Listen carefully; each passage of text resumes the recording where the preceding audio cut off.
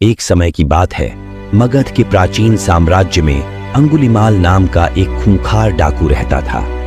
उसके नाम का अर्थ उंगलियों की माला था, क्योंकि उसे अपने पीड़ितों की उंगलियों को काटने और उन्हें भयानक हार के रूप में पहनने की भयानक प्रथा थी। हिंसा और क्रूरता के लिए अंगुलिमाल की प्रतिष्ठा दूर दूर तक फैल गई और वह उस क्षेत्र में रहने वाले सभी लोगों के लिए एक आतंक बन गया।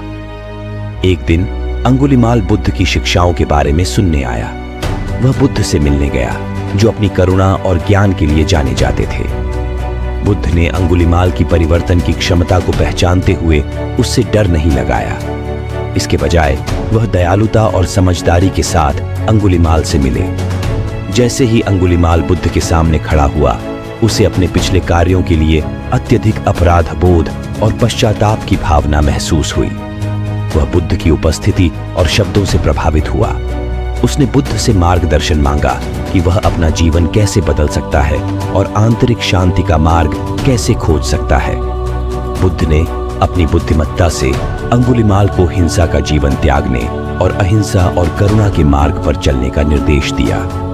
उन्होंने अंगुलिमाल को अपने पिछले कार्यों को छोड़ देने, स्वयं को क्षमा करने और आंतरिक परिवर्तन की तलाश करने का महत्व सिखाया। अंगुलिमाल ने बुद्ध की शिक्षाओं को हृदयंगम कर लिया।